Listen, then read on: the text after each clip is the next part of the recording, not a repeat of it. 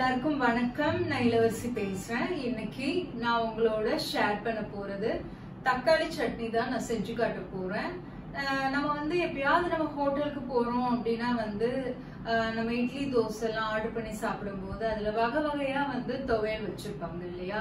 So அதுல இருக்கிற அந்த தக்காளி சட்னி பாத்தீங்க அப்படின்னா அவ்வளவு சூப்பரா இருக்கும். அதே மாதிரியே நம்ம வீட்டுல செய்ய போறோம்.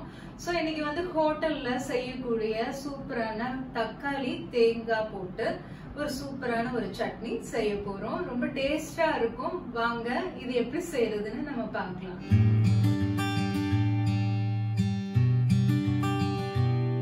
தோசைக்கல்ல பார்த்தீங்க அப்படின்னா ஒரு 2 டேபிள் ஸ்பூன் அளவுக்கு செக்கில் ஆட்டின தேங்காய்னு நான் சேர்த்துக்கிறேன்.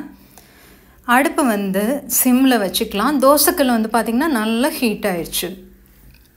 இப்போது இதில் பார்த்தீங்கன்னா நான் தக்காளி ஒரு 3 தக்காளி கட் பண்ணி வச்சுருக்கேன். இந்த மாதிரி பெருசாக இதை ஆட் பண்ணிவிட்டு எண்ணெயில் ஜஸ்ட் ஒரு கலந்து விட்டுடலாம். இப்போது காரத்துக்கு பார்த்தீங்கன்னா நான் ஒரு 5 வரமிளகாய் சேர்க்குறேன். உங்கள் காரத்துக்கு ஏற்ற மாதிரி 6-7 சேர்க்கலாம். இதோட 3 பல் அளவுக்கு பூண்டு 3லேருந்து 4 சேர்த்துக்கலாம். சேர்த்துட்டு அடுப்பு சிம்மில் தான் இருக்குது. இந்த தக்காளியோட தோல் பார்த்திங்கன்னா கொஞ்சம் லைட்டாக சுருங்கி வதங்கணும். அது வரைக்கும் வதங்கட்டும். 2 நிமிஷத்தில் வதங்கிடும். இந்த மாதிரி தக்காளி கொஞ்சம் தோலெல்லாம் சுருங்கணும். இந்த அளவுக்கு வதங்கினதுக்கு அப்புறமா நம்ம மிக்ஸி ஜாரில் இந்த தக்காளியை நம்ம வதக்கி வச்சுருக்கோம்ல, அது ஆறணுன்னே ஆட் பண்ணிக்கலாம். இப்போது நான் மிக்ஸி ஜாரில் இதை நான் சேர்த்துக்கிறேன். இப்போது இதோட நம்ம தேங்காய் கொஞ்சமாக திருவி வச்சுக்கணும். 1 கப் அளவுக்கு தேங்காய் எடுத்து வச்சுருக்கேன். இதை நான் இதில் சேர்த்துக்கிறேன். இதோட உப்பு தேவையான அளவுக்கு சேர்த்துக்கோங்க. ஒரு 1/2 கப் அளவுக்கு தண்ணி சேர்த்துக்கோங்க. சேர்த்து இதை மிக்சியில் போட்டு அரைச்சிக்கோங்க. நல்லா நைஸாக அரைச்சிக்கோங்க. பாருங்கள், இந்த மாதிரி நல்லா அரைச்சிக்கணும்.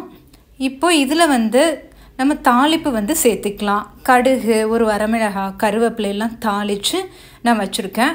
அதை நான் இதில் சேர்த்துக்கிறேன். இப்போ பார்த்தீங்க அப்படின்னா சூப்பரான தக்காளி சட்னி ஹோட்டல் சுவையில் அருமையாக நம்ம வீட்டிலே தயார் பண்ணிட்டோம். ரொம்ப சூப்பராக இருக்கும் இந்த சட்னி. கண்டிப்பாக செஞ்சு பாருங்கள். இட்லி தோசை ஏதாவது நீங்கள் செய்கிறீங்க அப்படின்னா இந்த சட்னி கண்டிப்பாக செஞ்சு பாருங்கள். சூப்பராக இருக்கும். இந்த ரெசிபி உங்களுக்கு பிடிச்சிருந்துச்சு அப்படின்னா மறக்காமல் சேனலை ஒரு சப்ஸ்கிரைப் பண்ணுங்கள். இந்த வீடியோவுக்கு மறக்காமல் ஒரு லைக் கொடுங்க. நாளைக்கு நான் ஒன்று சூப்பரான ஒரு ரெசிபி வீடியோவோட உங்களை நான் சந்திக்கிறேன். தேங்க்ஸ் ஃபார் வாட்சிங். நன்றி, வணக்கம்.